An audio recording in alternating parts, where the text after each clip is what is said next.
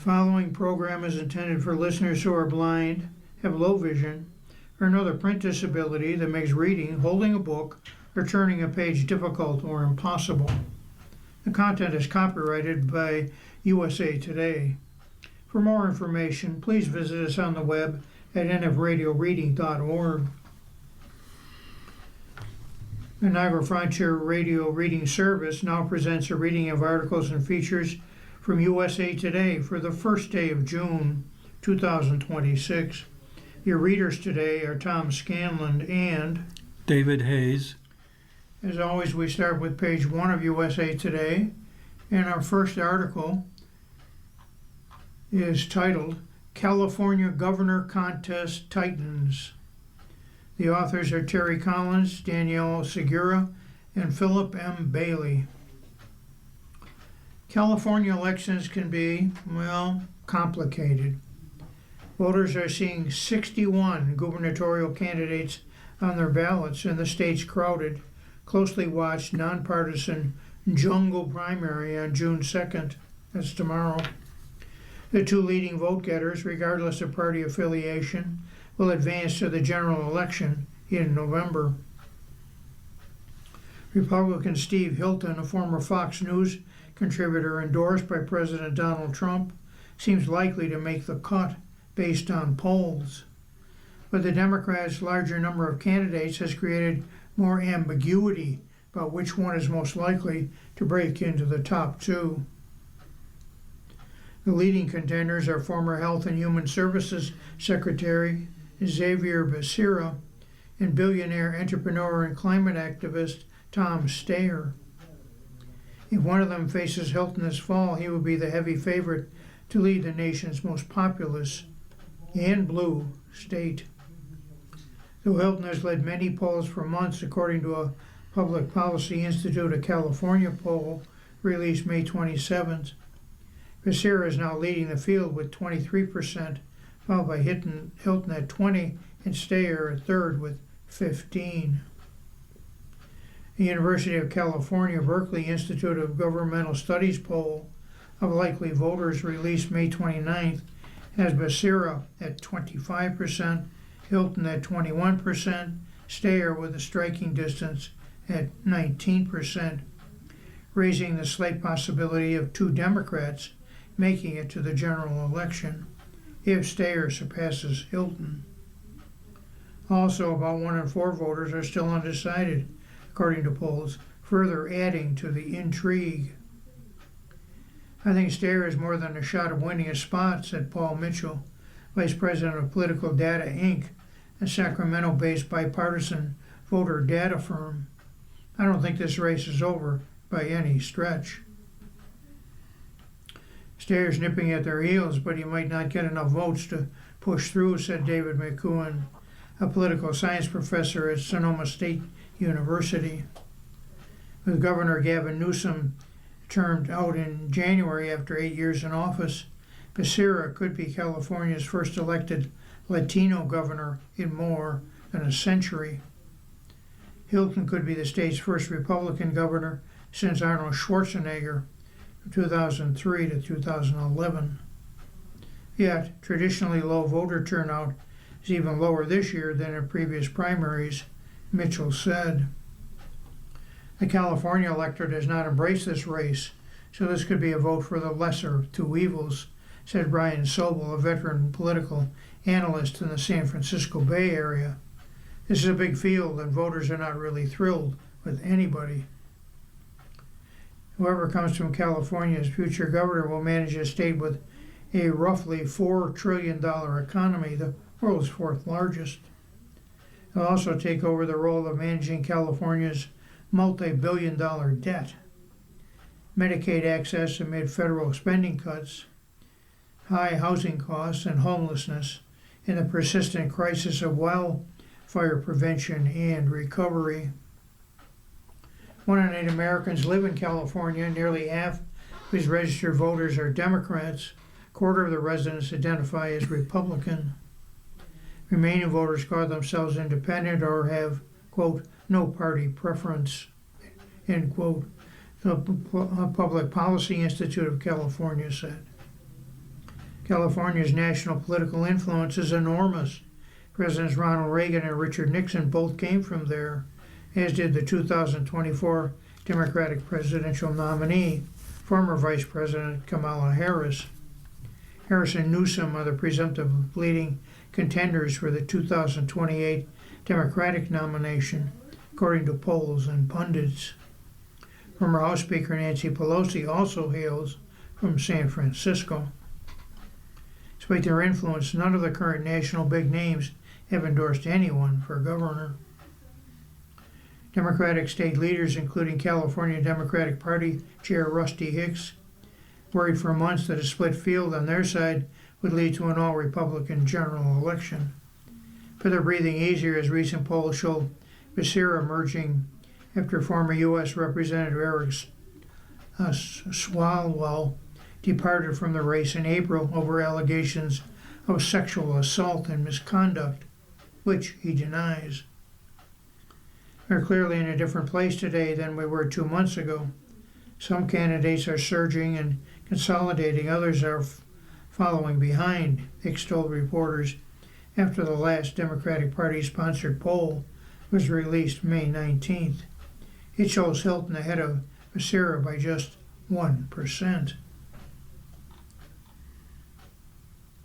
California primaries traditionally have low voter turnout. Fewer than 40% of the state's 23 million registered voters are expected to participate. Political Data Inc.'s Mike Mitchell told USA Today. Democratic voters, especially women, returning ballots at lower rates compared with the state's last midterm election, 2022, reflecting an uncertainty over their options, Mitchell said. Insight from political data show 44% of the ballots returned through May 27th have come from registered Democrats, compared with 53% the same point 4 years ago. Republicans have accounted for 35% of ballots returned, up from their 26% share in 2022. Mitchell said with so many Democratic gubernatorial candidates, voters are holding on to their ballots longer, hoping to get some signs from top state lawmakers on whom to pick. He compares it to Representative Jim Clyburn's endorsement of Joe Biden before the 2020 South Carolina Democratic primary, which was widely seen as the turning point of the presidential race. Democratic voters here are still waiting for somebody to tell them this is the candidate we're going with. It's what happened in South Carolina in 2020 when Biden became their pick.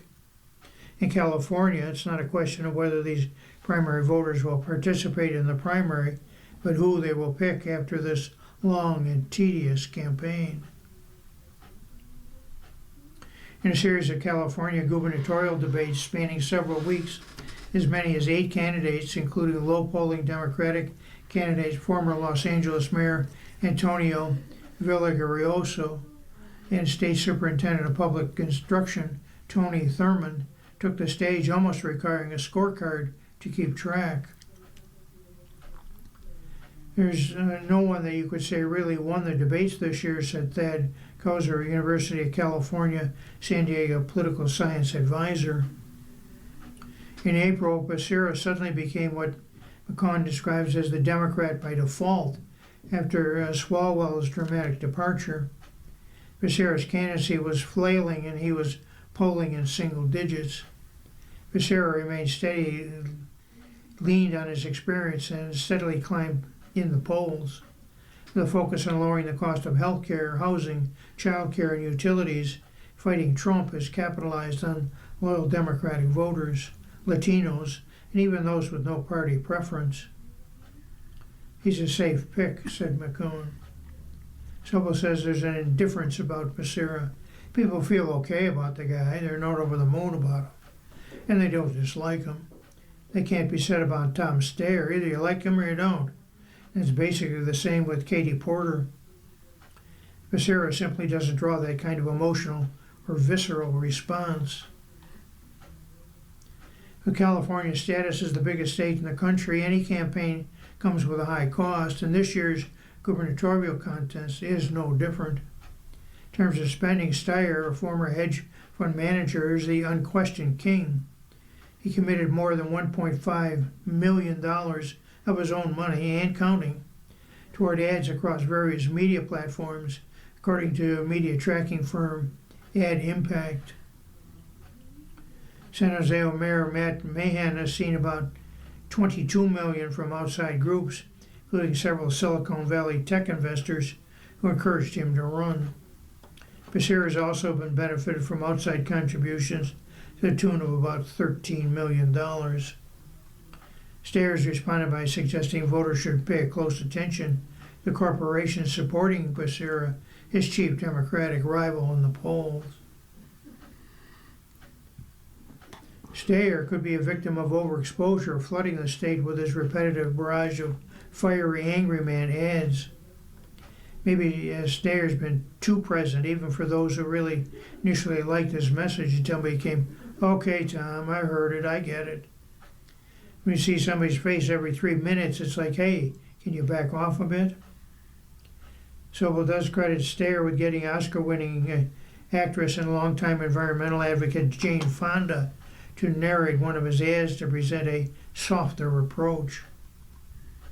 Otherwise, McEwen, the Sonoma State professor, compares Becerra to a slow-moving tortoise, and Steyer has been the twitchy hare in this race.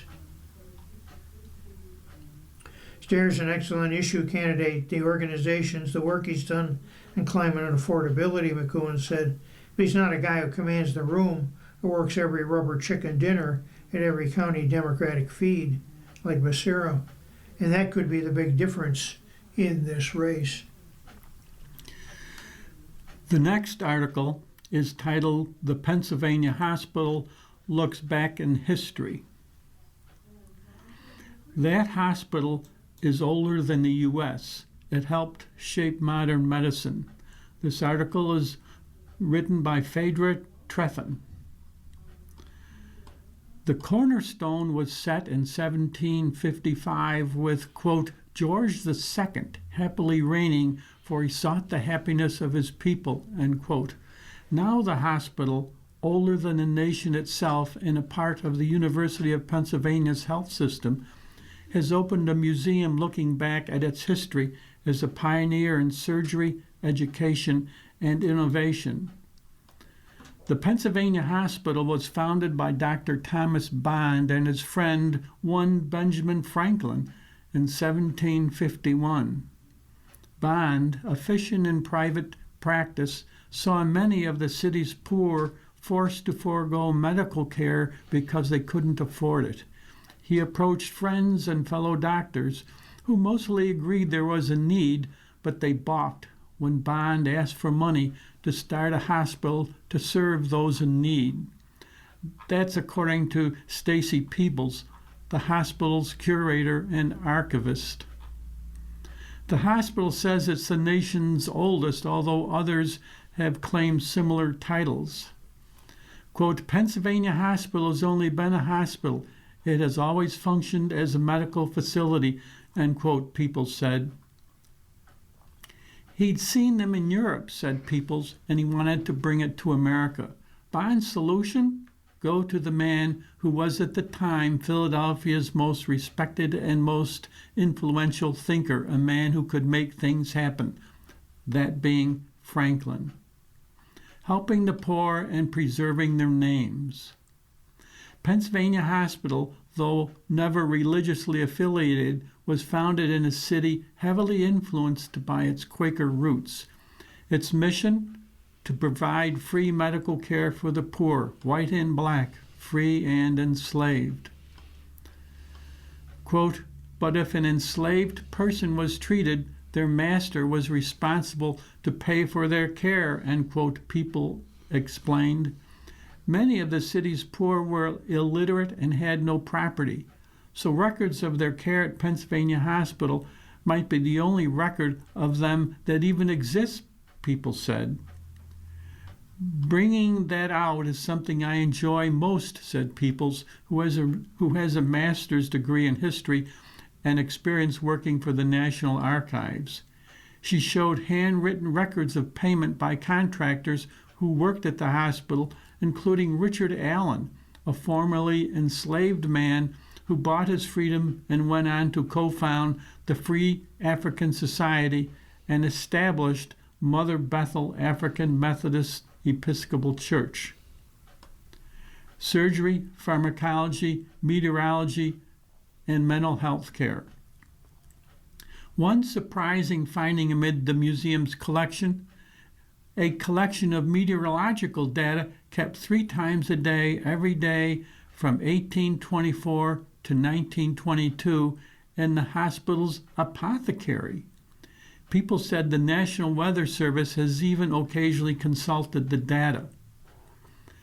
Pennsylvania hospitals serve the poor as well as those with mental illness, taking an Enlightenment-inspired scientific approach and rejecting ideas common at the time, those being that mental illness was caused by demonic possession or other supernatural phenomena.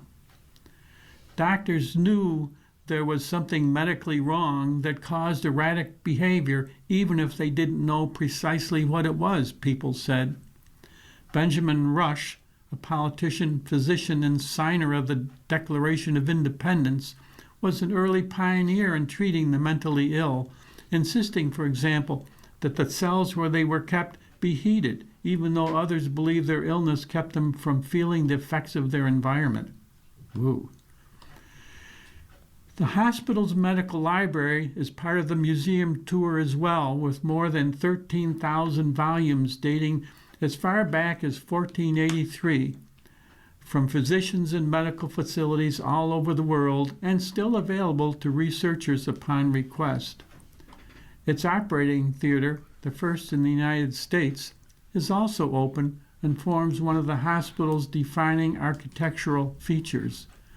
Those surgeons in 1804, when it opened, didn't know about things like anesthesia or germs, quote, they'd wash up after surgery, end quote, people said.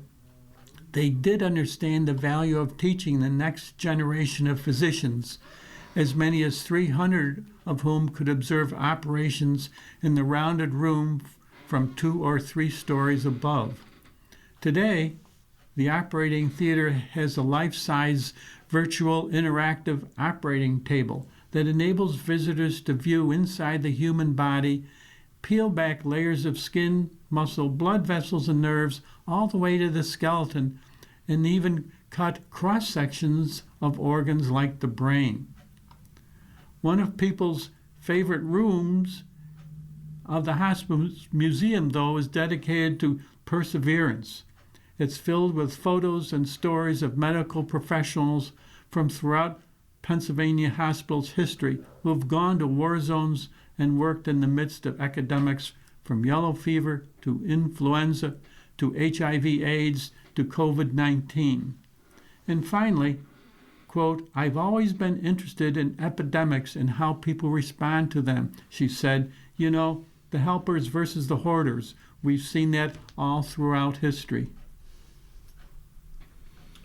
You're listening to a reading of today's USA Today on the Niagara Frontier Radio Reading Service. The time is 18 minutes after the hour. Our next article is titled, Do Drivers Hate Cyclists? Nation sees alarming rash of crashes. Bicyclists and drivers have a long, fraught history in the United States, and spring in 2026 shows that sharing the road still isn't going so well.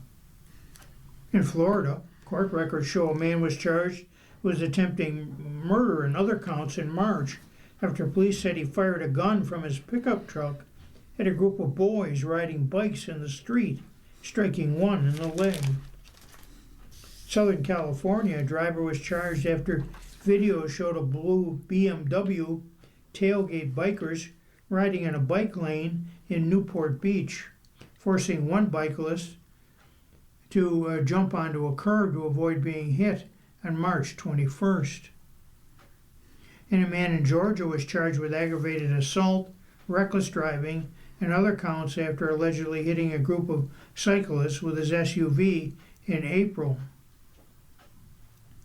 People have the option that cyclists don't have the right to use the public roads. said Maggie Dito, who advocates for greater safety for cyclists as president of the St. Johns River to Sea Loop Alliance and is a board member of the Florida Bicycle Association. Ardito says the sight of a group of bicyclists can enrage drivers, and in Ardito's experience as a cyclist and a leader of the biking community in Florida, it's been happening more and more. Meanwhile, not all crashes involving bikes and cars are attributed to vehicle drivers' behavior. One crash in DeLand, Florida, 2025, happened when a bicyclist ran a stop sign, reported the Daytona Beach News Journal, part of the USA Today network, citing Florida Highway Patrol. 38-year-old cyclist was killed in that accident. In an extreme example, in February, police in Santa Ana, California, said a man threw a bicycle at a car in traffic, damaging its hood. Data show a concerning trend in recent years. They've seen a sharp increase in bicycle fatalities among men over the age of 20, according to the Insurance Institute for Highway Safety. Deaths have increased 15% since 1975 and 86% since an all-time low point in 2010. Meanwhile, fatalities have decreased for children. 2024, 1,103 bicyclists died in traffic crashes. The National Highway Traffic Safety Administration data show. So what's going on? Why are drivers and bicyclists seemingly always at odds? For years, road engineers widened streets to allow for a forecast increase in traffic congestion, said Leanne Von Hagen, the executive director of the Alan M. Voorhees Transportation Center at Rutgers University. But wider roads are also an invitation for faster car speeds. Since the pandemic began, overall speeds have increased along with reckless driving. There are also more cyclists on the road these days. People for Bike Study found more Americans rode in 2024 than at any time in the previous decade. And after a sudden drop-off of driving congestion at the start of the pandemic, driving is mostly rebounded. With more bikes and vehicles sharing the road, there are more chances for heated, sometimes deadly encounters. People are adopting bicycling more, which is healthy and helps the environment, helps us get to lower energy costs. It's a lot less expensive to ride your bike today than it is to fill your gas tank. And we really haven't created actual facilities for people to bicycle in.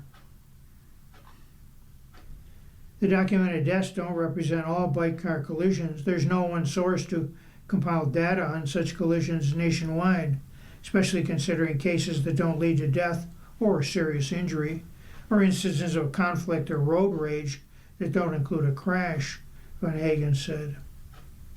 The NHTSA data show there have been increases in bicycle fatalities and traffic crashes since the start of the COVID pandemic. Pedestrian fatalities have also increased, said Hannah Youns, senior research specialist at Rutgers Transportation Center. Most vehicle drivers can become angry at bikers when they feel the cyclists have breached their expectations on the road, said Dwight Hennessy, chair and professor of psychology at Buffalo State University. Bikes are inherently much slower than cars, and car drivers claim to go as fast as the road conditions will allow.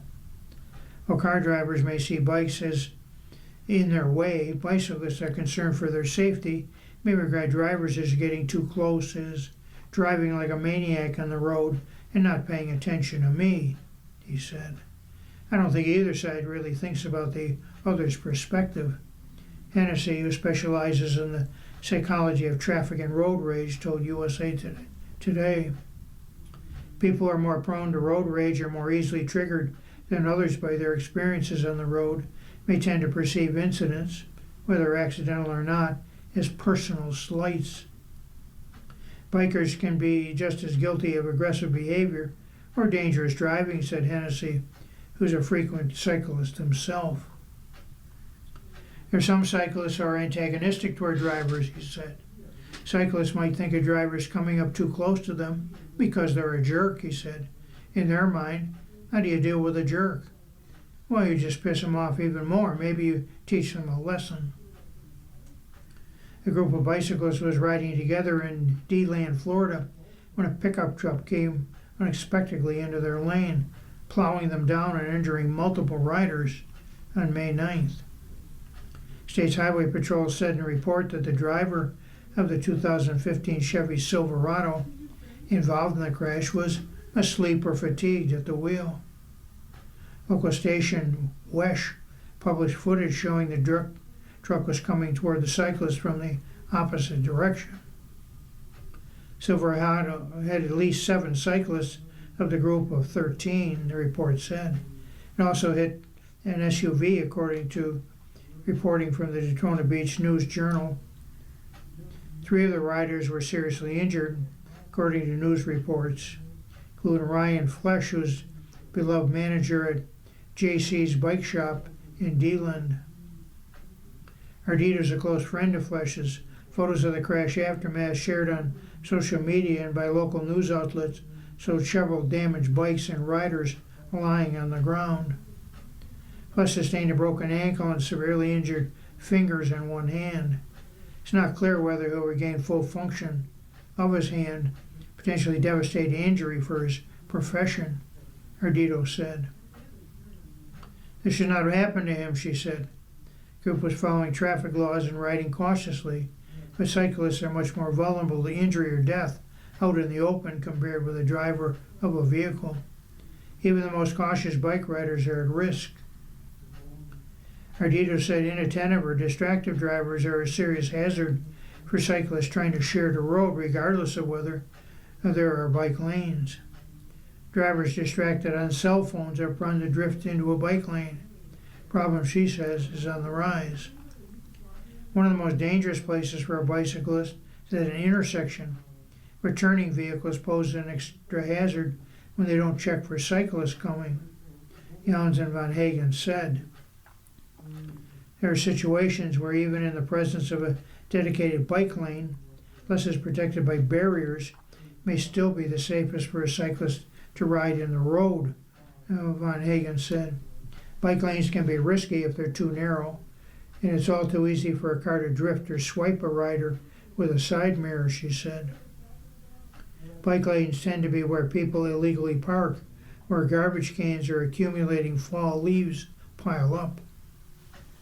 Team at Rutgers studied a driver and cyclist behavior before and after implementation of a temporary bike lane in New Jersey.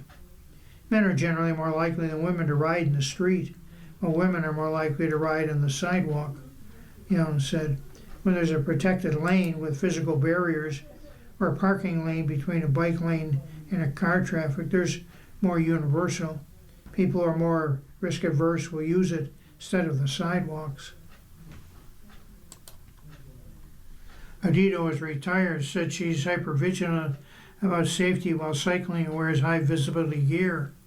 She still chooses to get around by bike as much as she can and deliberately moved to a neighborhood where she could access most of her essentials that way. When she and her husband go on vacation, they try to visit bike-friendly places like the Netherlands. She hopes to educate drivers that cyclists have just as much right to the road as cars, while also informing cyclists of how to safely ride and obey all the rules. And lastly, she says, recognize that everybody is important to somebody, Ardito said in a message to drivers.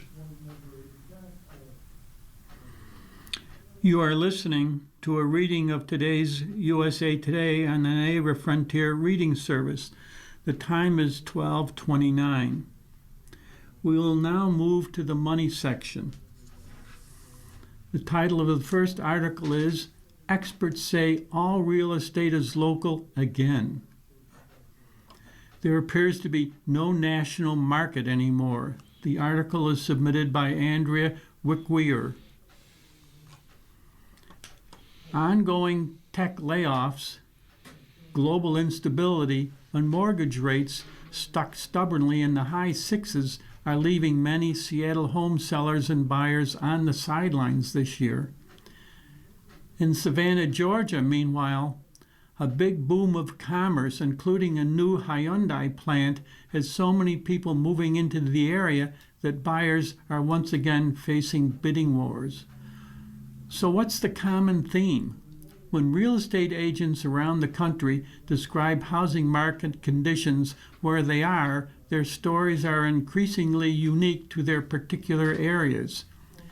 It's a big shift, a return to the all real estate is local reality that held true up until the subprime bubble of the early aughts made everyone followers of a national housing market narrative.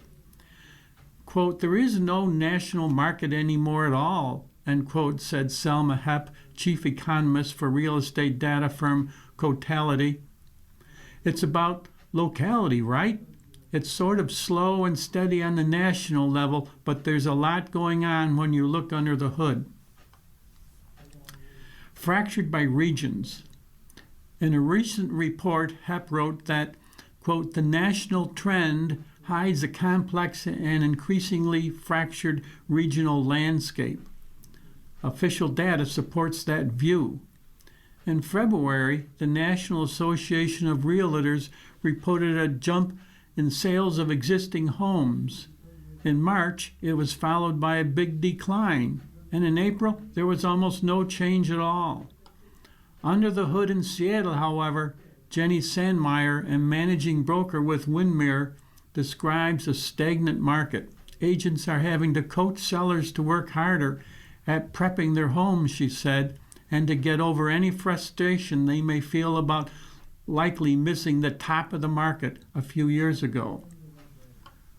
But while buyers overall may be benefiting from a slight increase in supply, Sandmeyer added, those in the middle and lower income categories are still stretching to afford homes, if not dropping out of the search altogether.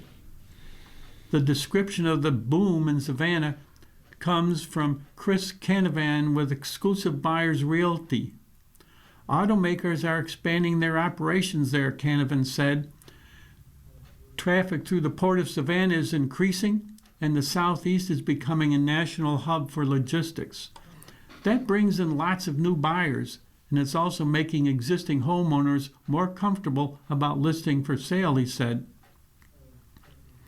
Tony Moss, founder of housing consultancy Eurocatalyst, was one of the early analysts who called the subprime bubble decades ago.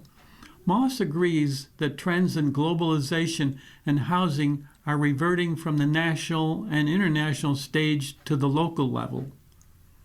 Buyers and investors will increasingly have to weigh not just local job markets or weather or amenities, but also how safe those areas may be from natural disasters and regional disruptions. As the federal government increasingly cedes disaster relief to states and localities, Moss thinks that the burden of managing risk is incrementally moving local to regional and statewide levels and to city and community levels, she told the USA Today. In the same way that we see the acceleration of income inequality among individuals, demographic groups, and race, we are going to see even greater inequality based on location, she said. Today, economic survival requires flexibility and, more importantly, mobility. Just right or stalemate.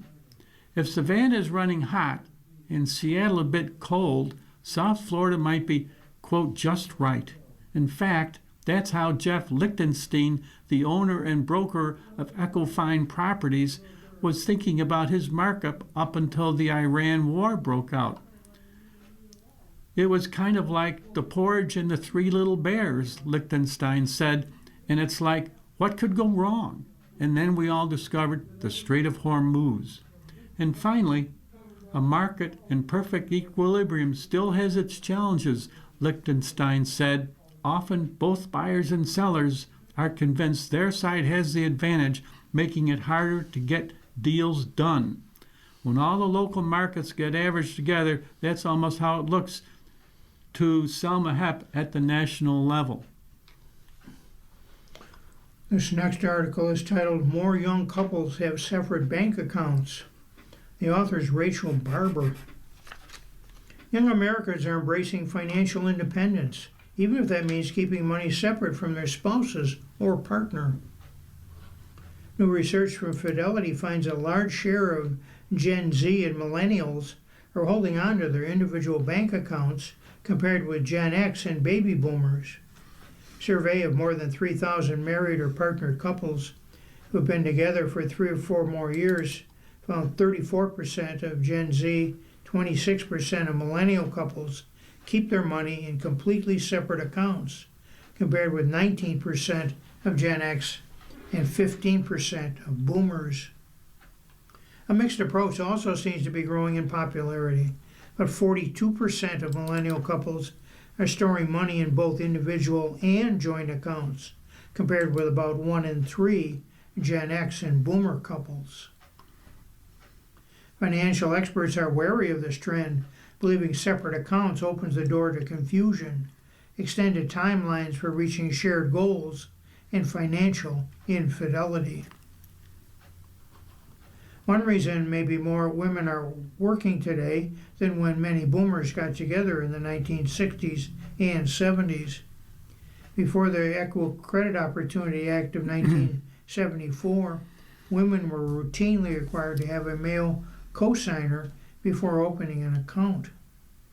Still today, 46% of women say they feel financially dependent, compared with 16% of men, the survey found. People are also getting married later in life, meaning they have more time to build up their net worth before tying the knot. At the end of the day, what we're facing is the emotional barrier of, what if this person doesn't turn out to be who I thought they were?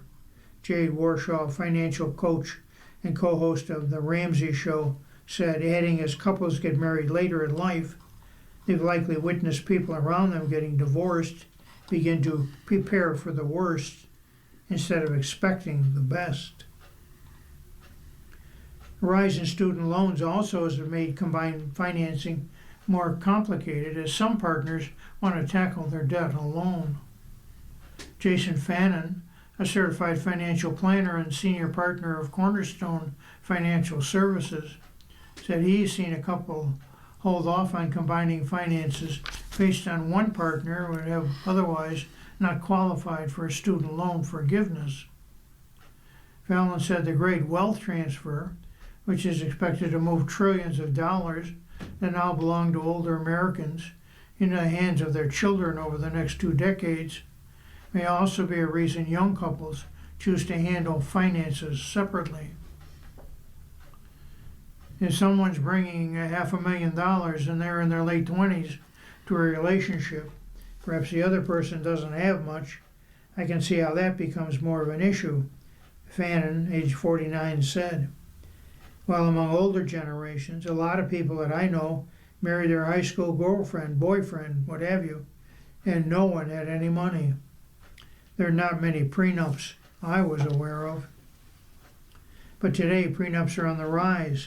All those Fidelities surveyed, 13% said they had a formal or informal prenuptial agreement with their spouse, compared with 29% of Gen Z. The other factor contributing to couples keeping their accounts separate may be more simple. It's not always fun to talk finances. Among respondents, 44% said they avoid talking about money because they are concerned it will start an argument. 31% said they don't want to worry their partner. 21% they fear being judged or lectured. Now, talking can lead to problems, but a quarter of respondents admitted hiding a financial secret from their partner, and 68% said they didn't have a full picture of their partner's finances till after they moved in together. Warshaw advises couples to have the money talk sooner rather than later. They're not always the most pleasant, but you don't have to unpack everything in one conversation, Warshaw said.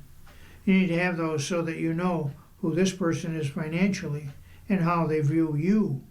because everybody has gender roles baked in the way they were raised and what they expect.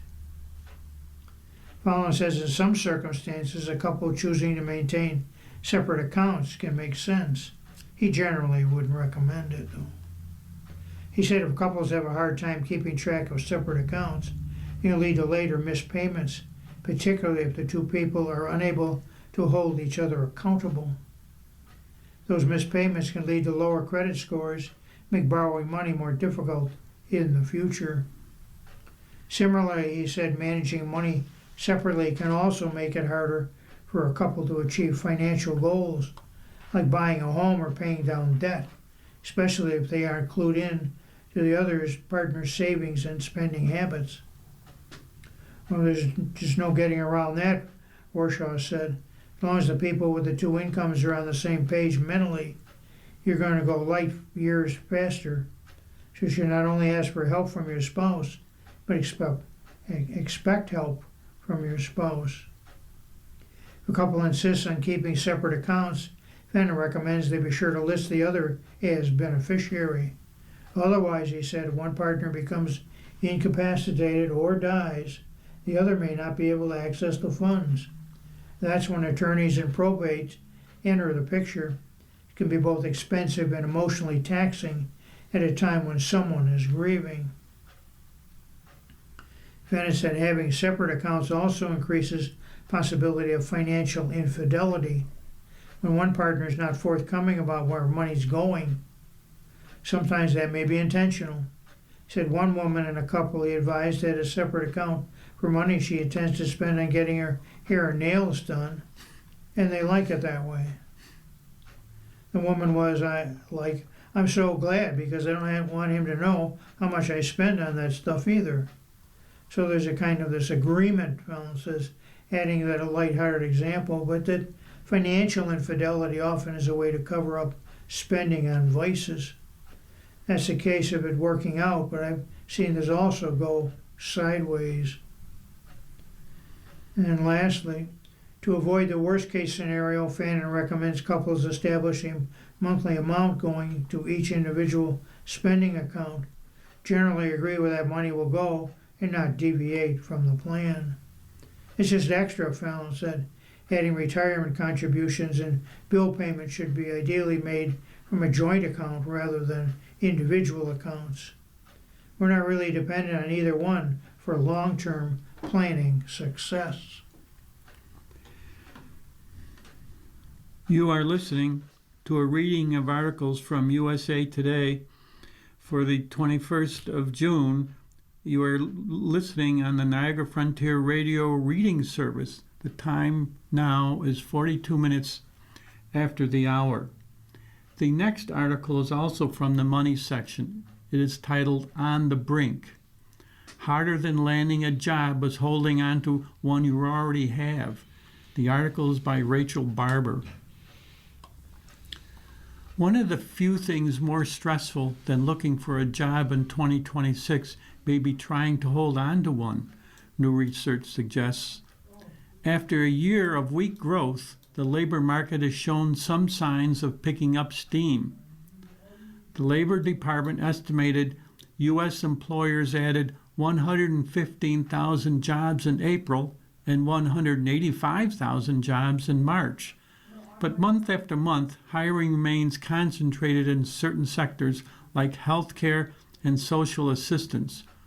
Workers outside those industries have clung to their jobs, fearing they won't be able to find another amid growing AI adoption, waves of layoffs, and a general sense of economic uncertainty that may prompt employers to scale back hiring. Attempting to secure a job in this environment can feel grueling. A Resume Genius report detailing the results of a survey of 1,000 job seekers conducted by Pollfish found 49% of those looking for work say the search has negatively impacted their mental health. But workers staying in roles they don't enjoy also can come at a cost to their well-being. A Monster report breaking down the findings of a survey of 1,000 employed U.S. workers also conducted by Pollfish, found 59% say their job negatively affects their mental health at least monthly. Some Americans are impacted by both. They are afraid of being laid off from a job they dislike, and they are also worried about their prospects in today's job market. Joanne, 55, of Pennsylvania, who wanted her last name withheld over fears it would hurt her ability to land a new job, has been laid off 4 times over the past 3 decades and is concerned that it could happen again as the company she works for adopts AI tools. She's heard whispers in her department could be dissolved by next year. I've been in different states. I've used recruiters. I've used resume writers. I've been to headhunters, more headhunters than I can tell you. And the jobs that they keep sending me that you qualify for are now $14 an hour if I'm lucky, she said, adding she surprised her experience in IT, tech, insurance, and criminal law wouldn't make her more valuable to an employer. Quote, $14 an hour is not paying my bills. How is job stress affecting the workers? The Monster survey found 46% of workers reported experiencing burnout. Employees said the factor contributing most to their stress is increased workload or understaffing, following by poor management, struggles with work-life balance, and workplace conflict or drama. About a quarter of respondents said stagnant pay and fear of layoffs also contributed. Quote, the expectation is potentially, while you're not going to increase headcount, we not only expect you to continue to do your job and do it well, we're now going to give you 30% more of the workload and at the same rate, end quote, Monster career expert Vicky Salami said, adding workers are taking on increased responsibility after their co-workers are laid off. Although the national quits rate is relatively low, hovering around 2%, Salami said employers shouldn't see high retention as a sign that their workers are happy. She added the report found 71% of workers admitted to staying in a job they knew was, quote, toxic, end quote. If you have an unhappy workforce, they're not ultimately going to help your bottom line, Salami said, adding that worker burnout can lead to mistakes and a decrease in productivity if companies don't act. What is stressing out the job seekers? The grass isn't always greener on the other side. The Resume Genius report found nearly half of job seekers say the search has negatively affected their mental health, with 55% frustrated by receiving no response after applying, 44% upset by not hearing back after interviewing, and 24% frustrated by automated or AI-generated rejection messages. Lisa Countryman Quos, a national workforce expert at JVS, a professional training and coaching nonprofit, said job seekers who have been in the professional world for more than a few years are experiencing a pendulum shift. The period in 2021 and 2022 when workers voluntarily quit their jobs, known as the Great Resignation, is over. Return to office mandates are back, and competition isn't only coming from other workers. A whopping 80% of job seekers surveyed said they were worried AI will replace jobs in their field. Not only do workers not have power, a lot of apparent benefits are being rolled back, Countryman said. Additionally, now the promise of what kind of opportunities might be available to you in sort of a broad sense is vastly darkened. What to do if you feel stuck in your job? Salemi said workers experiencing burnout should first seek to understand whether their job is in fact to blame for their deteriorating mental health.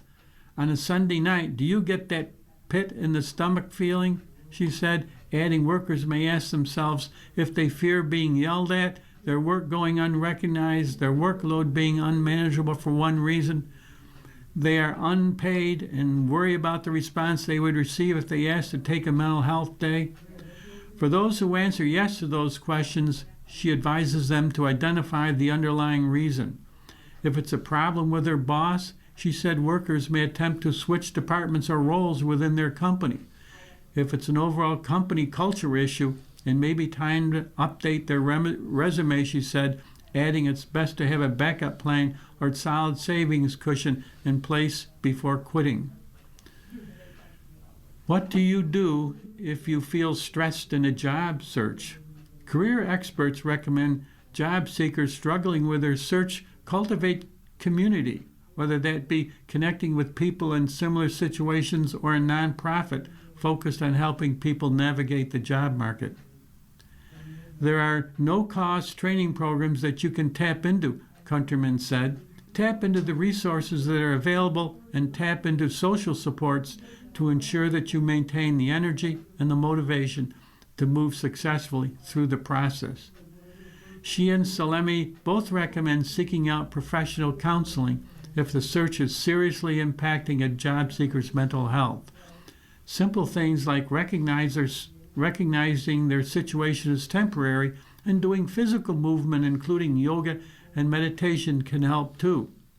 Side hustles and seasonal work can provide income streams to help bridge the gap between full-time positions, she added. How to talk to your boss about your mental health. Joanne, who has complex post-traumatic stress disorder, says she would not feel comfortable sharing her diagnosis with her current employer. She asked a former employer for accommodations in the past and said she was denied because she was seen as too high functioning. PTSD has a lot of stigma, and I do not fit the profile of someone who has that, Joanne said, adding many people associate with combat veterans or mass shooter incidents, although her trauma stems from her childhood. I don't want that to affect whether or not they want to keep me. She's not alone. Of those surveyed by Monster, 37% said they can't be honest about their mental health at work without facing negative consequences. Salami suggests workers carefully frame the conversation with their boss. She said rather than pointing to burnout, workers should focus on how they've mastered their current responsibilities and want to pivot to another role that will offer more learning opportunities. Make it more role-centric and less about, oh my gosh, this job is killing me, especially for the same employer and even for a new employer, Salami said. Having a clear picture of your own skills, preferences, and opportunities for growth, that is a really good grounding to go into any conversation with your manager. And finally, you can get the outcome without necessarily having the conversation be directly about your mental health, Countryman said. Open the conversation in ways that are clearly a benefit to you, but also a benefit to the company. Then your manager is going to be more open to explorations. This last article is titled E. Jean Carroll Lawsuits Against Trump Focus of New DOJ Criminal Probe. The department is looking at nonprofit funding. The author is Josh Meyer. Dateline Washington. The Justice Department has opened a criminal investigation into people involved in the civil lawsuits brought against President Donald Trump by writer E. Jean Carroll, who alleges that the real estate mogul sexually abused her in a Manhattan department store 30 years ago. A source familiar with the probe told USA Today. The source confirmed the investigation's existence to USA Today on May 28th, saying the primary objective of the investigation is a nonprofit organization affiliated with billionaire Democratic donor Reid Hoffman, who helped indirectly finance Carroll's legal costs and expenses in her long-running lawsuits against Trump. A federal civil jury ruled in January 2024 that Trump must pay the prominent columnist $83.3 million for defaming her in 2019, when he denied her allegations of sexual assault and said people should pay dearly for such false accusations. Another jury found that Trump owed Carroll at least $5 million. DOJ investigation comes as Trump is running out of options to avoid paying as much as $88 million in damages plus interest. The Supreme Court is currently considering whether to take up at least one of Trump's appeals. Multiple media outlets report that the DOJ probe targets Carroll herself for allegedly making false statements under oath during testimony connected to the two civil lawsuits she won against Trump. During civil trials, the former LA Magazine columnist said she received no outside funding for her lawsuit, but her lawyers later acknowledged that Hoffman had paid some of her legal bills. CNN first reported the existence of the probe, with later reporting by the New York Times, Reuters, ABC News, and other outlets. Hoffman, a co-founder of LinkedIn, provided funding through his Chicago-based nonprofit American Future Republic, according to court documents filed in 2023. He is listed as president, chair, and director in American Future Republic's tax filings for 2024. Sources described the investigation based out of the Justice Department U.S. Attorney's Office in Chicago as very fluid, ongoing, and said that while it does not currently focus on Carroll, it could ultimately lead to her. Source spoke on the condition of anonymity because they're not authorized to publicly comment. Justice Department said in a statement to USA Today that it does not comment on ongoing investigations.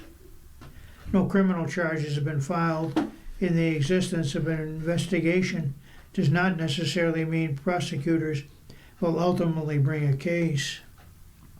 The law firm of Carroll's lawyer in these cases, Roberta Kaplan, told USA Today in a statement that Kaplan, quote, cannot comment at this time beyond what's already in the public record, end quote. But the firm said that Trump has already raised the issue of making false statements in court and lost. In a December 30th, 2024 decision affirming a $5 million unanimous jury verdict against Trump, the U.S. Court of Appeals for the Second Circuit rejected Trump's argument that his team had found proof that Carroll had knowingly lied about the funding from Hoffman's group during her deposition.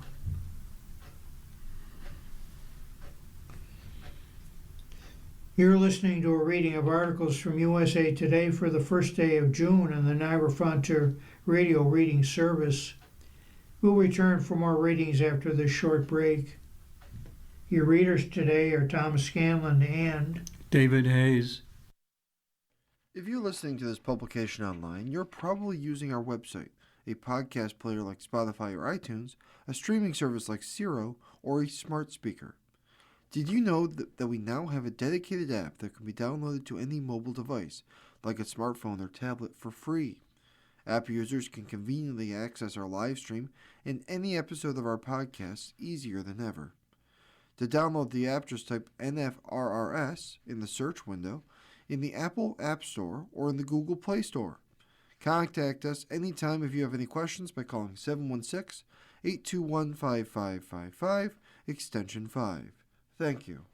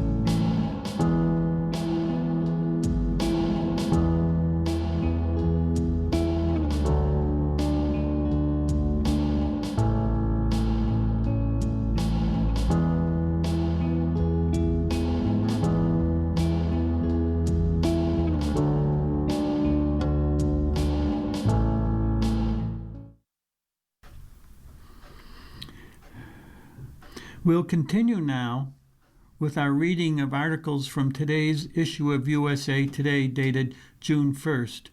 Your readers are David Hayes and Tom Scanlon. The first article will be from the sports section. It's titled, Union Says Major League Baseball Owners Hurl an Early Hardball. The story is by Bob Nightingale. The Major League Baseball Players Association braced their players for years this would be coming. And there it was, May 28th, presented in black and white. Major League Baseball's first official salary cap proposed since 1994. And the reaction? Pure, unadulterated disgust. The 200-page proposal was worse than the Major League Baseball Players Association ever anticipated after submitting its initial proposal a day earlier. Quote, yesterday, the MLBPA presented a comprehensive package of proposals designed to improve compensation for players at all levels and to incentivize and reward competition on the field, unquote, interim union chief Bruce Meyer said in a statement. Quote, the owners responded today with a demand for a salary cap system, something generations of players have fought against. The last time the owners made such an explicit push for a cap, over 30 years ago, it led to the longest work stoppage in Major League Baseball history.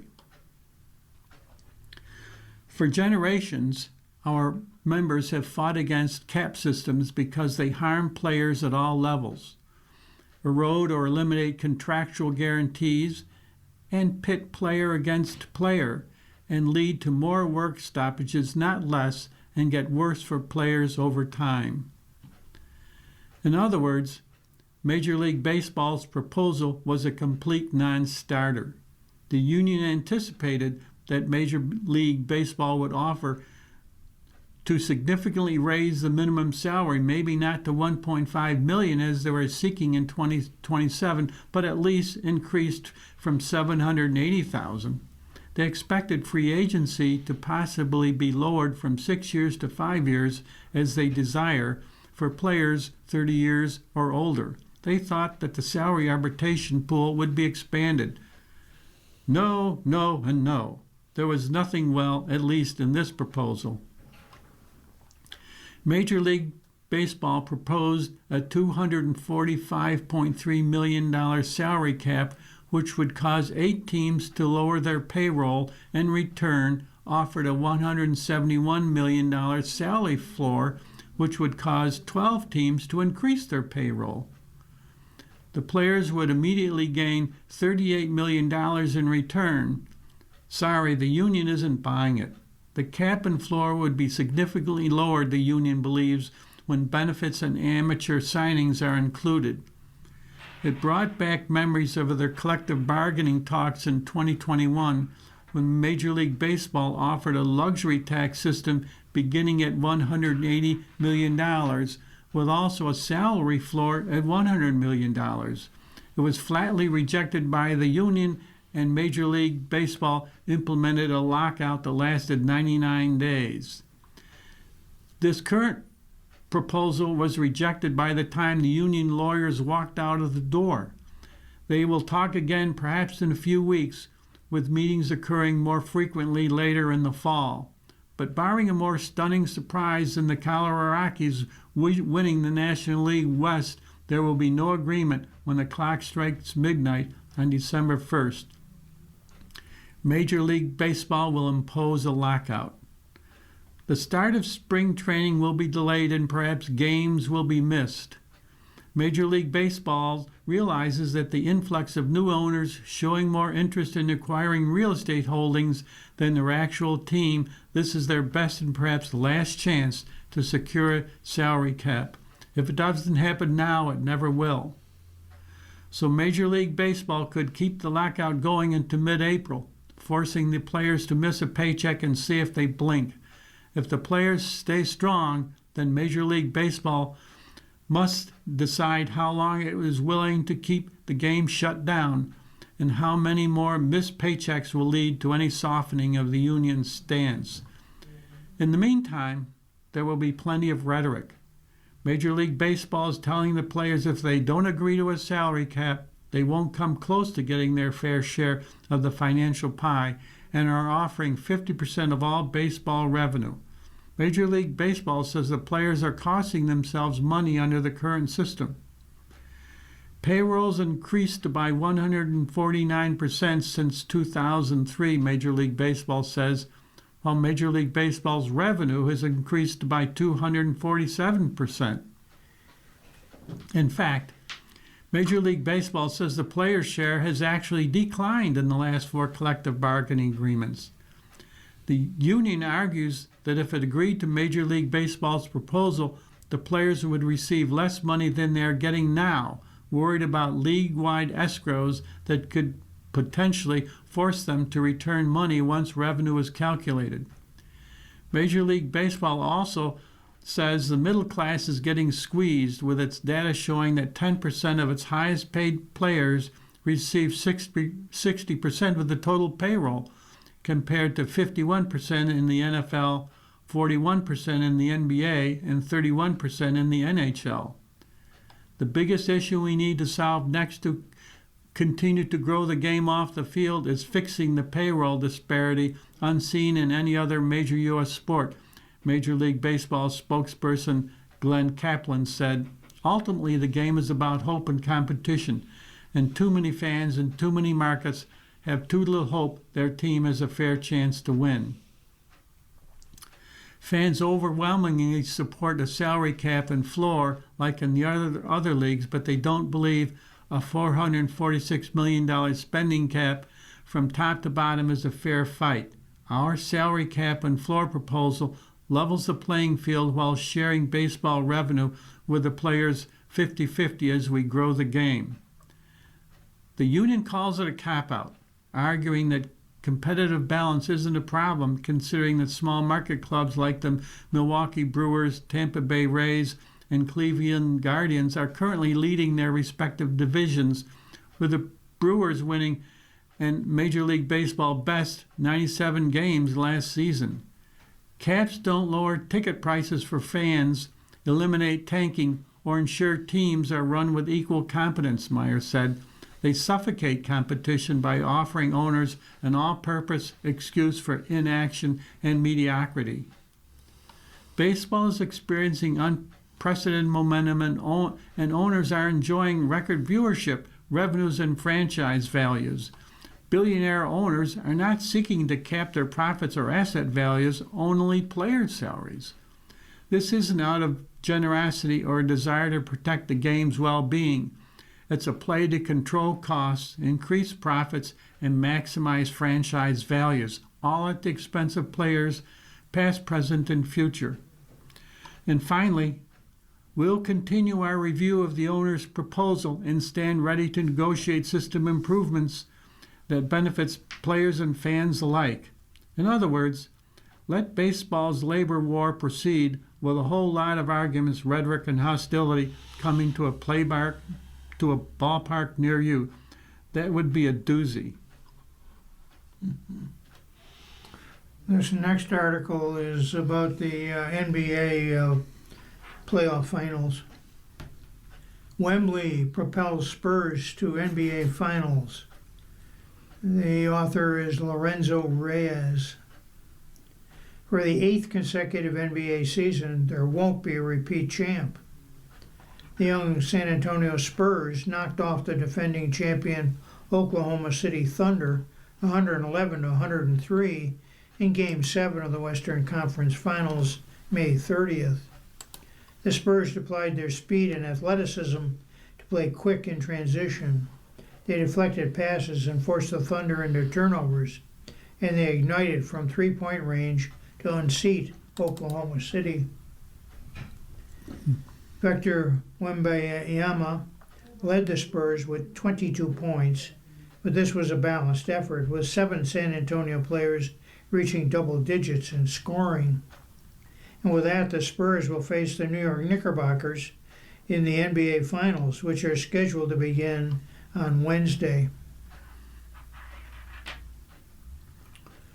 So here's some takeaways from Game 7 of the Western Conference Finals. Victor Wembanyama played well, but the Spurs didn't need him to be historic. And that's a great sign for the Spurs. They didn't need an elite performance from Victor Wembanyama to unseat the defending champs in their own building. They just needed to play team basketball. That said, at times, Wembanyama has carried the Spurs. Game 7, he was just solid, finishing with 22 points on 7 of 15 shooting and adding 7 rebounds, 2 assists, 1 steal, and 1 block. He had to play discipline through some foul trouble, but this performance was more about San Antonio as a collective.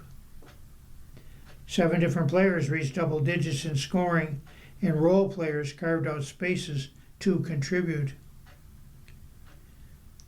And Julian Champagnie, who finished with 20 points, dropped 11 in the third quarter. Backup center Luke Cornett, who played just 6 minutes and 6 seconds, hustled back during a pivotal Thunder fast break to pin a momentum-changing block against the backboards in an eventual 4-point swing. De'Aaron Fox was a menace on defense all night and collected 3 steals, later found a shooting stroke. Rookie Dylan Harper, a 20-year-old, knocked down huge shots during the stretch, scored 12 off the bench on 5 of 8 shooting. Wembanyama showed that he can take over games and elevate the Spurs into contenders. Teammates showed Saturday night that San Antonio can win even when Wembanyama is just solid. The biggest plays of the game might have been Luke Cornett's block, Spurs coach Mitch Johnson told reporters after the game. When you start peeling back the layers of how many minutes this guy got, or what the box score said, obviously we had a lot of guys step up and make shots tonight, which we needed with a variety of people that got double-digit points. But this was a team effort. Huge, huge moments. The Thunder couldn't make up for the absences of Jalen Williams and A.J. Mitchell. The Thunder will not admit this publicly, but they have a good excuse for dropping this series. Jalen Williams, the 2025 All-Star, played just 54 minutes as he battled hamstring injury. Backup guard A.J. Mitchell, with a right soleus strain, missed the final 4 games of the series. With those two gone for the most important part of the Western Conference Finals, the Oklahoma City offense couldn't recover. Problem is that both Williams and Mitchell are secondary creators and are players who can handle the ball. This takes the pressure off Julius Alexander, especially when opposing teams throw double teams at him. Yet with both out, the Spurs could devote their full attention to Julius Alexander, which led to moments of stagnation and turnovers.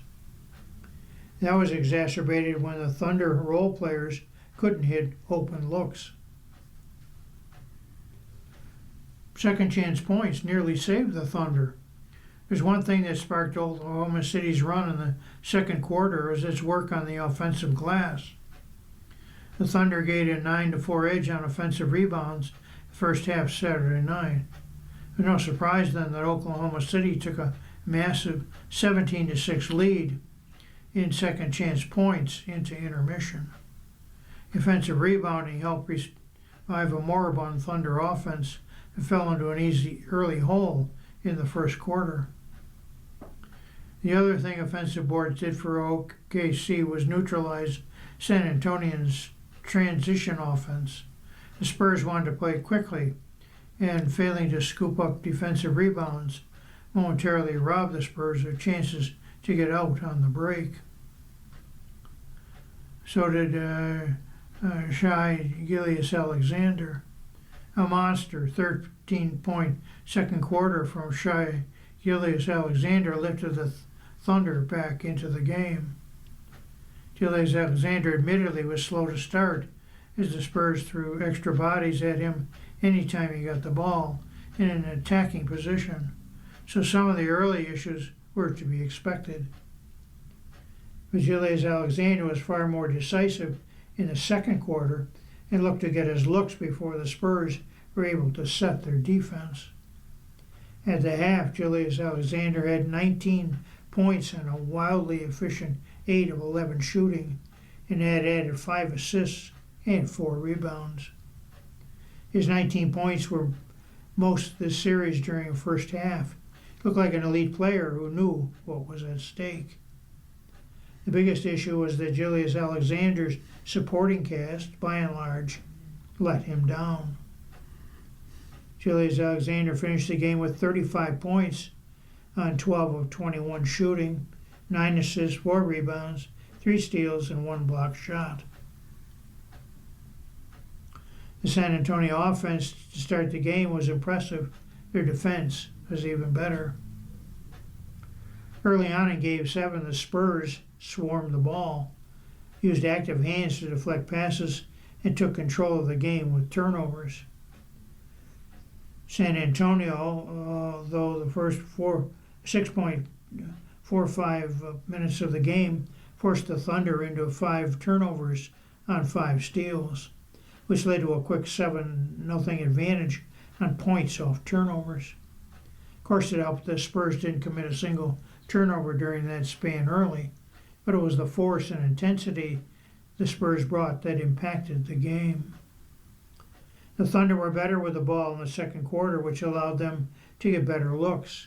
For San Antonio to win this Game 7 and need to find a way to continue to pressure ball handlers into turnovers, because that's the recipe it can use to play with more tempo. The Thunder need a lot more from Chet Holmgren. He was overshadowed all through the series long, but Oklahoma City could not complete its comeback, in large part because Chet Holmgren did not provide more on either offense or defense. By the midway point of the third quarter, Holmgren had taken just 2 shot attempts, making 1 for 4 points. On the other end, he collected just 2 rebounds, 1 block, and 1 steal. He's a premier defender, but simply hadn't been able to protect the rim as well as he had points during the regular season. On offense, he hesitated far too much when he got the ball in his hands. His season ends after posting these stats in Game 7. 4 points, 1 of 2 shooting, 4 rebounds, 2 steals, and 2 blocks. Some of that's on me, Thunder coach Mark and Daniel said. Some of that's the way we approach the game. It's not all on him. Actually thought he played his minutes pretty well. Had runs at the end of the second quarter that got us back going, cut into the game. He was a huge part of that in ways that may not be in the box score. And lastly, the Spurs pick and roll with Wembanyama as a screener destroyed the Thunder in the third quarter. San Antonio went 16-2 run midway through the third quarter, and there was one offensive action the team turned to time and time again. Whether it was Aaron Fox or Stephon Castle handling the ball, Spurs used Wembanyama as a screener and then asked him to roll hard to the hoop. The attention taken to Wembanyama, requiring Thunder guards to leak into the paint to provide help defense, left 3-point shooter Julian Champagnie, who had 11 points in the quarter, wide open. You are listening to a reading of today's USA Today on the Niagara Frontier Radio Reading Service. The time right now is 18 minutes after the hour. The next article is also from the sports section. The title is The Leader That We Want. It is submitted by Jacob Kamenker. Tim Ream, a 38-year-old defender who plays for Major League Soccer's Charlotte Football Club, will wear the captain's armband for the USA during the World Cup. Quote, "I'm so grateful that he is with us," Pochettino told reporters on May 30th. "He is a great captain, not only on the field, but more importantly off the field. He has the experience and capacity to be the leader that we want."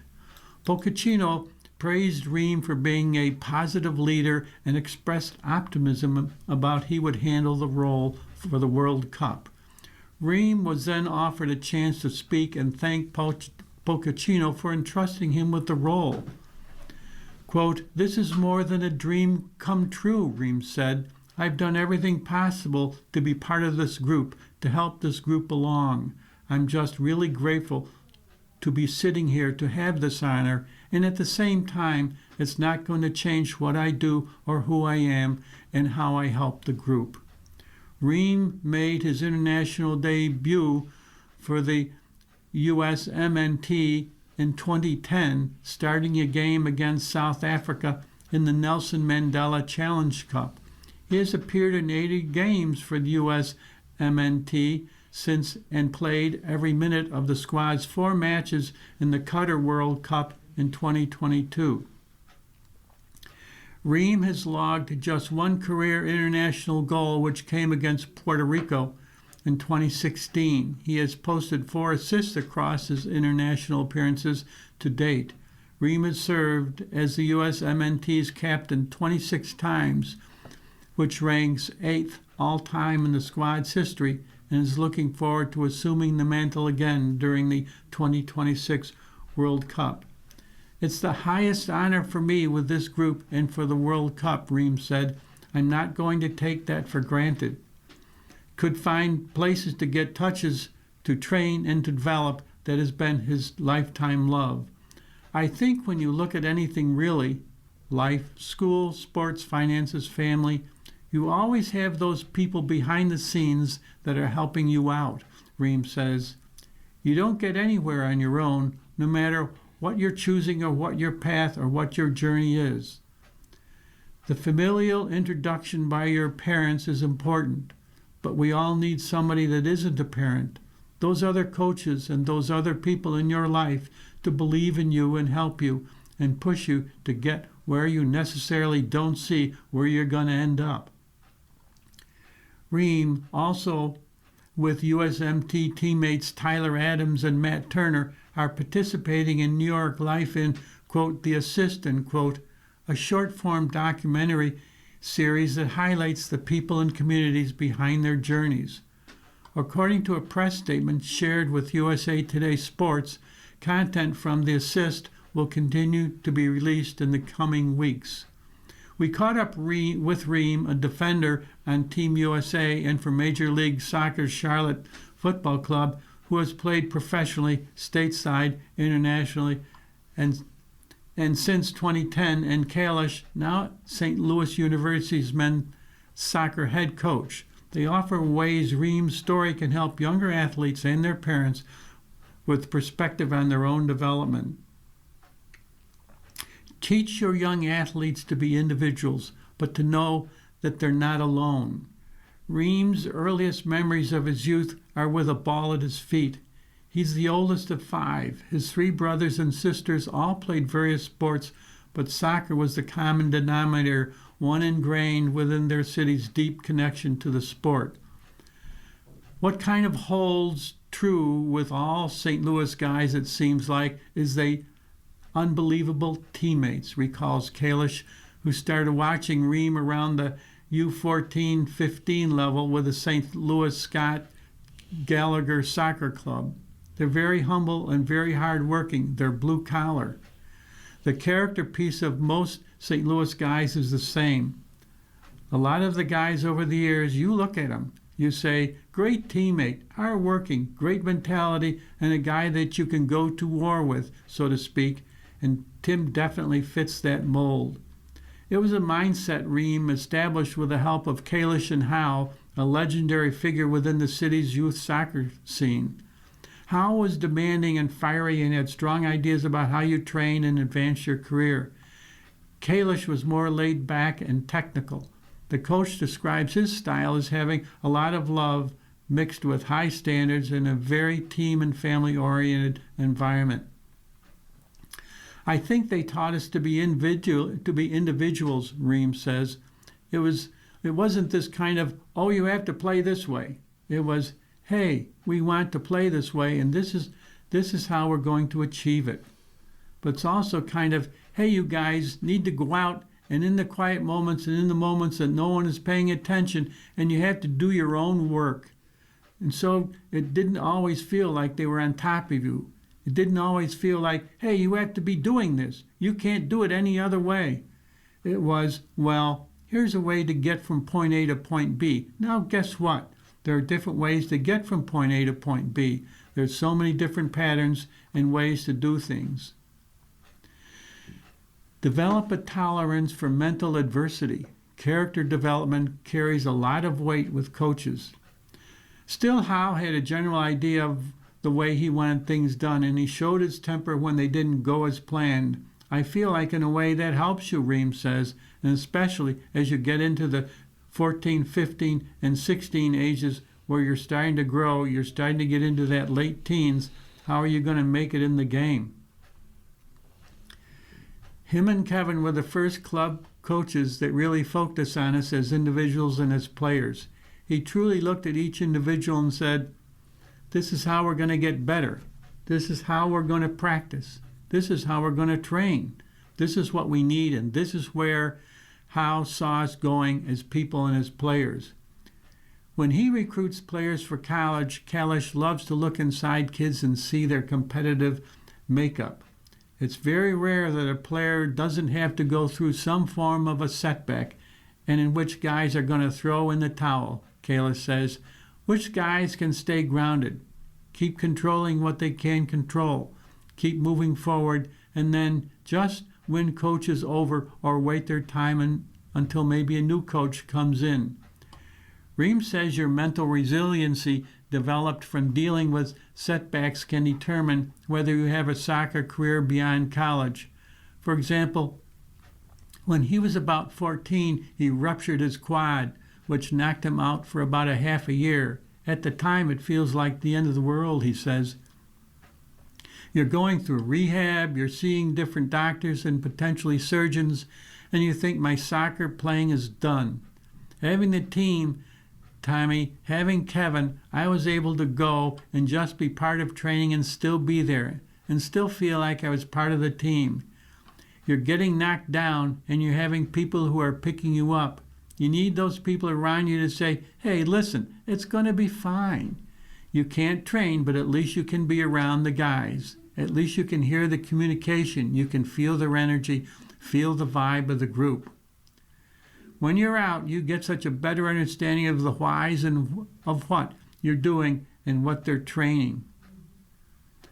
Finding a coaching environment best for you, not everyone else. Howe and Kalish made training fun in those St. Louis warehouses. They played games where everyone got touches, everyone was engaged and stayed focused. It made Ream want to play more and more. He played basketball until his junior year at St. Dominic High in O'Fallon, Missouri, as well as on the school's soccer team in the days before academies started draining players from high school teams.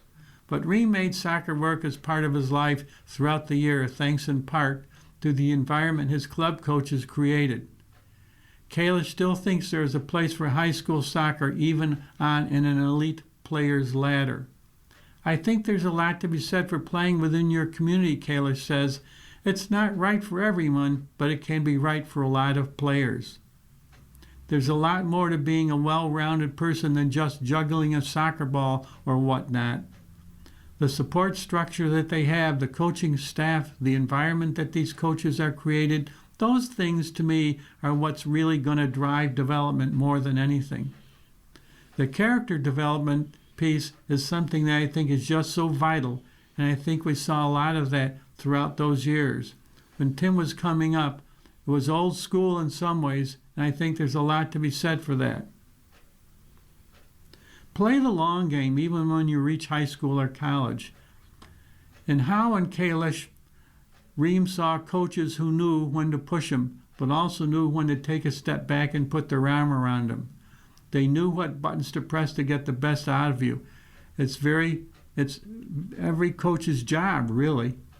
You have so many instances where coaches can ruin sports for kids, Ream says. You have so many instances where parents can ruin sports for kids, and that could be the parents of their own child or parents on the sidelines and doing and saying whatever they're saying. That takes the fun out of it for other kids. I play because it's fun for me. I don't play for the money, but I play for the people who have helped me, the people who have put in their time and their effort. I owe it to them to play as long as possible can because they're just as much part of this. When Kalish watched Reem as he was coming up, he was always one of the top players in the age group, but he really started to separate himself from his peers in his junior and senior year in high school. Tim wasn't the one that you would have ideally picked out right away as a high school player or even a college player, Kalish says. He was a little bit more of a late developer. In his game intelligence, his decision-making, his technique, his composure, those things you learn to appreciate over time. But he wasn't like the biggest, strongest, fastest guy that always stood out in every match. But he was a guy that once you worked with, you realized his value was through his consistency, through the rigor and discipline of doing things right over and over and over again. But I think he would even tell you he wasn't like the star during his high school years. We can always get better if we love what we're doing. And when we do that, as Kalish says, we are playing the long game. He didn't worry about who was getting the most accolades or if he was the high school player of the year, Kalish says. You got the same guy every single time he showed up at training and games. He was like Mr. Consistent. And I think because he was that way, it's prepared him really well to have success in college and then obviously in the professional game and to be able to deal with all the hard things that goes along with being a professional athlete. You get what you earn, and sometimes you have to struggle. Kalish says if players can create an environment like Reem did, where they keep getting better, quote, the coaches will find you if you're going to be good enough. Reem was an attacking left back as a youth player. He played a little bit of center midfield in college and then center back later in his career, even as a professional in Major League Soccer and in England. He's always been a well-rounded player, but Kalish says his superpower, which he has had since he was a young player, is his calmness and composure on the ball. It's kind of similar to a left-handed pitcher, he says. When he strikes a ball with his left foot, there's a crispness to that unique. Playing the long game, Reem's former youth coach says, means trusting that doing the right things over and over will work out for you in the end. My father was an electrician, Kalish says. My mom was a receptionist, really middle-class family. I think the messaging that held true throughout all my years was you get what you earn, and the coach is always right in the sense of like. You have to work through your issues and don't come complain to me about something. You talk to your coach, and it was very much, that's life. Life isn't always fair in some ways, and you got to just grow up and deal with it and manage through it, and we'll support you through it, but this is part of it.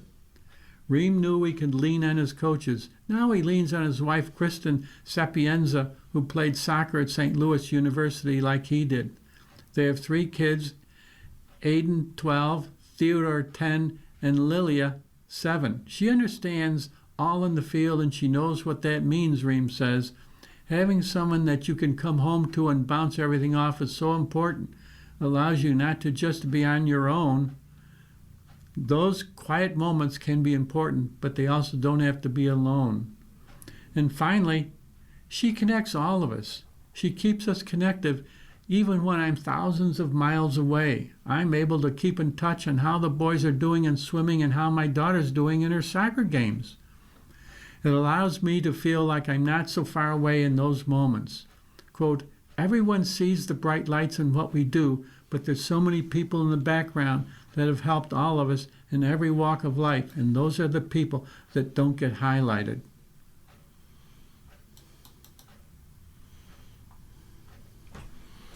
You're listening to a reading of today's USA Today on the Niagara Frontier Radio Reading Service. The time is 34 minutes after the hour. We now turn to the entertainment section of USA Today. And our first article is titled, I can find it here.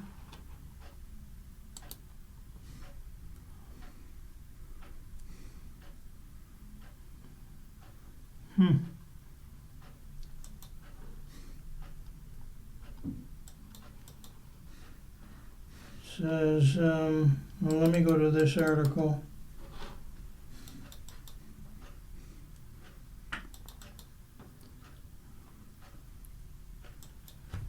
Springsteen still stokes fire in the rain in D.C. The author is Melissa Rigoriri. Dateline Washington. At the tour opener in Minneapolis, Bruce Springsteen fans were steeped in fire. 2 months later, what was supposed to be the exclamation point to this 20-day tour in Washington, D.C., they were baptized by rain. Maybe this hastily arranged, deeply intentional Land of Hope and Dreams American tour didn't bookend the way Springsteen had planned, thanks to a playoff-related postponement in Philadelphia, where the tour was scheduled to wrap up on May 30th.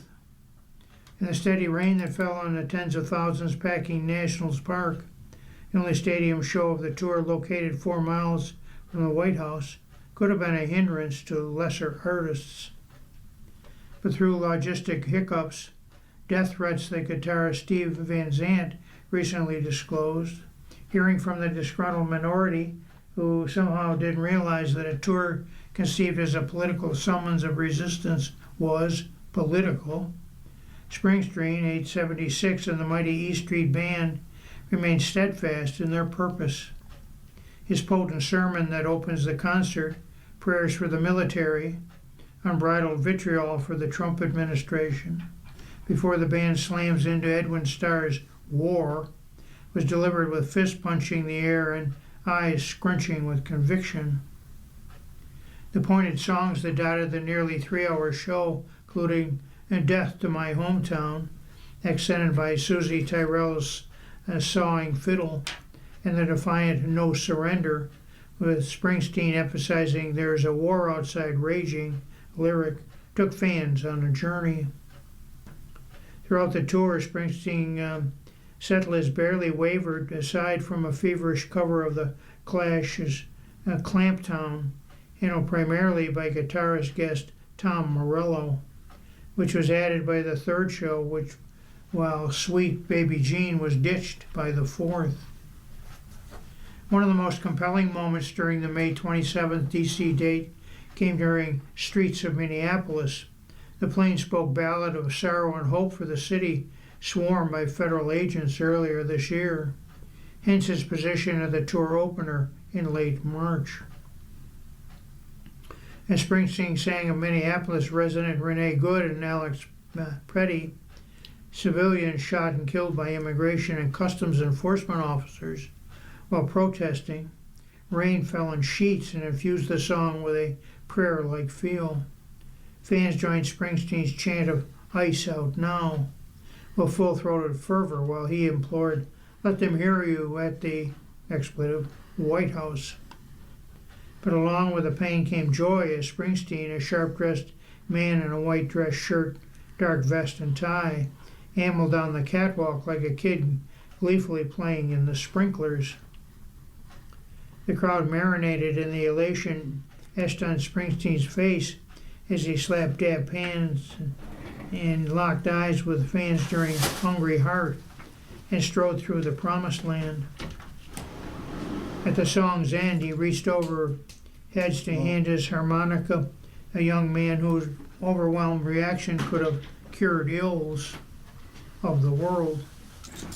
Springsteen's gift for galvanizing is undiminished, and this tour's effect on fans was displayed by the thousands who held their hands up in a "don't shoot" pose throughout American Skin, 41 shots, and reveled in the revival spirit of My City in Ruins, which Springsteen prefaced by saying, "Truth, honesty, and decency. Don't let anybody tell you these things don't matter. They do."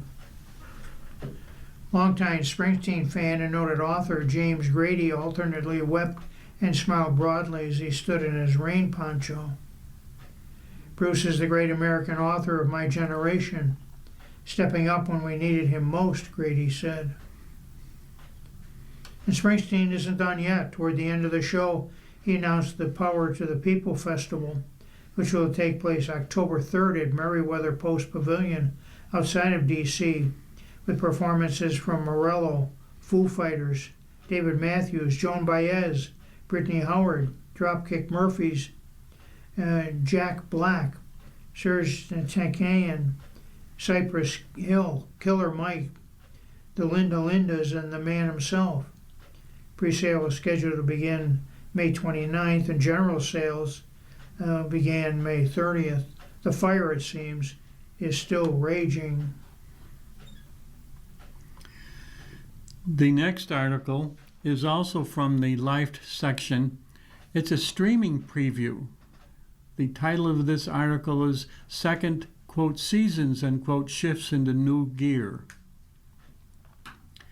Pack your baggage, both emotional and practical, because, quote, the Four Seasons, unquote, is back for another vacation. Well, 4 of them, and you might actually enjoy them this time.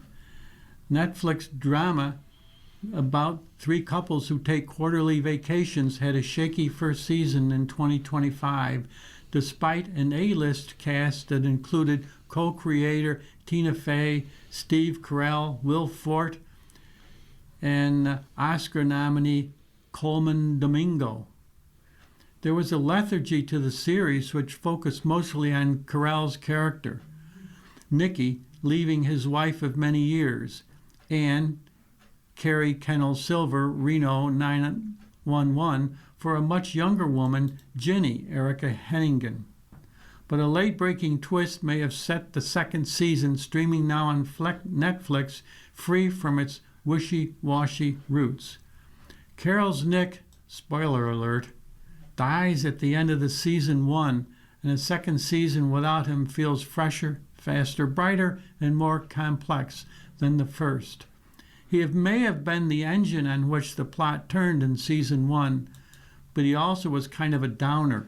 All his contributions to the story had a tinge of negativity and odiousness that was hard to shake in his scenes, even as Nick worked to redeem himself near the end of the season. Season 2 is liberated by his absence. There is plenty of awkward conflict, of course. That's the whole point of the seasons. A show meant to mine dark comedy from the depths of long-term relationships, just as in the 1981 Alan Alda and Carol Burnett film from which the series takes its inspiration. But if they couples aren't fighting, they're just watching an Instagram reel of Gen Xers on expensive trips. Yet out of Nick's shadow, the cast gets to let their freak flags fly, so to speak, and the argument feels a little less bitter and fatigued. The show picks up 9 or so months after Nick's death, when the gang has gotten back together to spread his ashes at the top of a scenic mountainscape.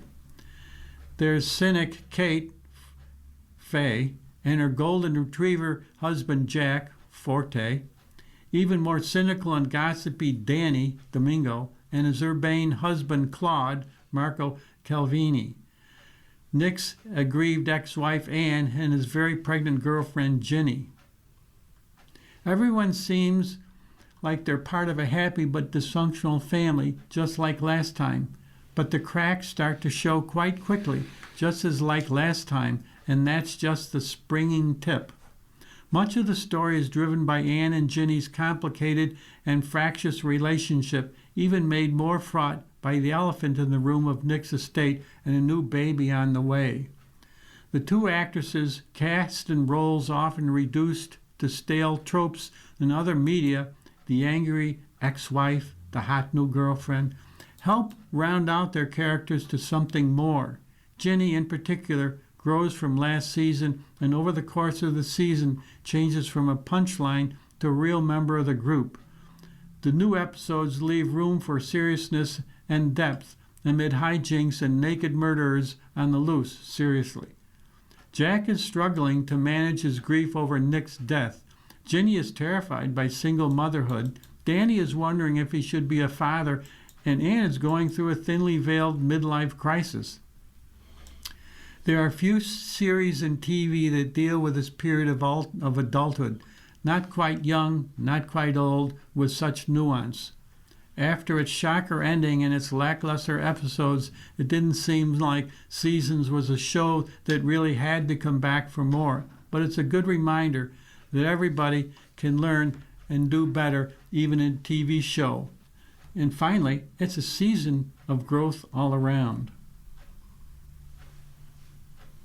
Here's a movie review. U2 leaps to backroom hit. The author is Brendan Morrow. Ready to feel old? The filmmaker behind summer's hottest horror movie was born in 2005 and can't legally drink. Kane Parson, the 20-year-old YouTuber who has turned his hugely popular web series into a movie, Backrooms, playing in theaters now, is the youngest director in A24 history. He was still a teen when he got the gig, and the day he pitched the movie to the indie studio, his college applications were due. Making the film all ended up being great and really fun and easy, he says. But initially it was just like, this doesn't happen. This has not happened. There's not really a thing to compare to this. This is very strange. Everything's going to be like, this is a child, this is an infant. Backroom stars Chiwetel Ejiofor as Clark, an isolated, bitter man living in the furniture store he owns after a messy divorce. One night he's making a baffling discovery in the basement, a doorway that leads to an infinite maze of mostly empty rooms with inexplicable contents. There's a stop sign in the middle of a room, a hole filled with chairs and so forth, as if the environment was randomly generated. Clark becomes obsessed with exploring this other dimension known as the backrooms. When he doesn't come out, his therapist, Mary, played by Renee Reinsve, heads inside to search for him. Though the movie is based on Parsons' YouTube series of the same name, which collectively has drawn about 200 million views, the core idea didn't originate with him. It came from, of all places, the anonymous image board 4chan, where a user in 2019 posted a photo of an empty room with yellow wallpaper and carpeting as an example of a disquieting image that just feels off. In a comment, someone else imagines the photo depicted a realm the user dubbed the back rooms. If you're not careful and you no-clip out of reality in the wrong areas, you'll end up in the back rooms, the person wrote, with no clipping referring to a player glitching through the environment in a video game. The comment took off and became popular creepypasta, or a spooky story spread online. Enter Parsons, who saw the original 4chan thread and was intrigued by how it gave everybody the same eerie feeling. I find it very compelling that so many people felt so strongly that there was this thing they could not quite articulate, and so that meant there was a string to pull on, he says. So in January 2022, Parsons uploaded a 9-minute found footage style short to YouTube, which a person wanders through the back rooms and encounters a mysterious creature. The bone-chilling video looks as if it's been shot in an actual environment, but Parsons created it with his hand-me-down laptop using Blender, a free graphics software. By that point, Parsons had been making shorts as a hobby for years.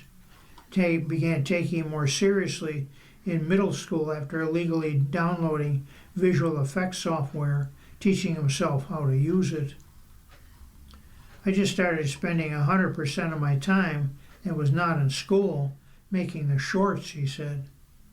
Though he had success with some earlier YouTube videos, Parsons' first backroom short was a hit on a whole other level. It amassed a staggering 78 million views. That led him to create more than 20 additional videos, building out an elaborate mythology. Producers began reaching out within a month of the original video. Still a 16-year-old high school junior, Parsons was intrigued, but he was skeptical and very paranoid about getting Hollywood involved in his creation. "I didn't want this thing to get away from me," he said. "I didn't want that project I was very excited to continue building to get stifled by suits with a chainsaw." Being thrust into meetings with big shots might sound like a lot for a teenager, but Parsons wasn't awed by the Hollywood magic, partly because he didn't worship or observe the industry too heavily when he was growing up. He cites a pair of video games rather than movies as his main creative touchstones. "My biggest properties growing up were Half-Life and Portal," he said. "Those formed much of my sensibilities when I was a kid, and they've trickled down to everything I've done." In the end, Parsons, who scrapped plans to attend film school so he could go all in on Back Rooms, was able to make a movie very much in keeping with his web series and its lore, with a more traditional narrative and physical sets, 30,000 square feet of them. When he started directing, his fear of being looked at as a child turned out to be unfounded. "Didn't happen once," he said. Parsons is a prime example of how YouTube has made information about filmmaking available to all, and he originally was inspired by watching other online creators. All these YouTubers were very much putting on an emphasis on how accessible these tools are, and so it felt very encouraging to go try it out myself, he says. Any questions I had were all answered by YouTube or other online tutorials. Based on early box office tracking, Backrooms poised to be a hit. It looks to sell open north of $40 million, 4 times the film's reported budget of about $10 million, according to Variety. That level of success could usher in an age of movies based not on comic books or 1980 cartoons, but on IP more relevant to a younger audience, content that originated online. It's also sure to establish a major new talent in Parsons, who's eyeing more dynamic, complex set pieces for whatever his next film might be, without abandoning the weirdness of his debut. And in conclusion, "I don't love casting a wide net to appeal to as many people as possible," Parsons said. "I like having a very specific thread to follow. Sometimes, if it takes me to a slightly more esoteric place, I'm fine with that. Like the Back Rooms, his future is full of infinite possibilities." And finally, from the Life feature, it's your birthday. Who's celebrating today? Actor Pat Boone is 92. Morgan Freeman is 89. Linda Scott's 81. Ronnie Wood from the Stones is 79. Charlene is 76. And Alan Wilder from the Depeche Mode is 67. Bassist Simon Gallup from The Cure is 66. Model TV host Heidi Klum is 53. Singer-songwriter Alanis Morissette is 52. And actor Tom Holland is 30. You've been listening to a reading of USA Today for June 1st. We read USA Today weekday at noon. For more information, call 716-821-5555. Your readers today have been David Hayes and Tom Scanlon. Welcome summer with your Niagara Frontier Radio Reading Service. We're planning a summer bash bigger and better than ever before. It's Friday, June 26th at Creekside Banquet Facility in Grove, located at the corner of Union Road and William Street in Cheektowaga. You're invited to enjoy a buffet chicken and pasta dinner, your first drink on us, a basket raffle, and Buffalo Music Hall of Fame party band The Boys of Summer from 6 to 9 p.m. Tickets are $50 and support the 160 volunteers who read all the programming offered by Radio Reading. That's Friday, June 26th from 6 to 9 p.m. at Creekside Banquet Facility in Grove in Cheektowaga. Get your tickets now by calling 716-821-5555 extension 3 or online at nfradioreading.org. Thank you to New Era Kep Foundation, Tyverin Law, and Perry's Ice Cream for sponsoring this largest event of the year.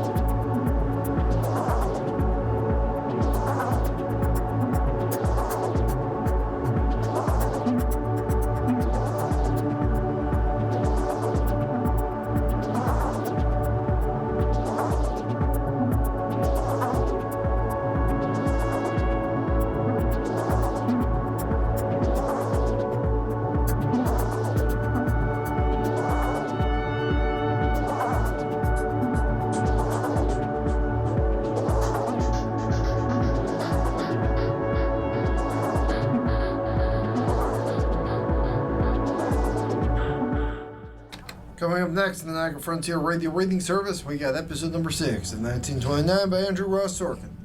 Following that, at 3 o'clock is Smithsonian Magazine, and at 4 o'clock is a re-airing of today's Buffalo News. Stay with us.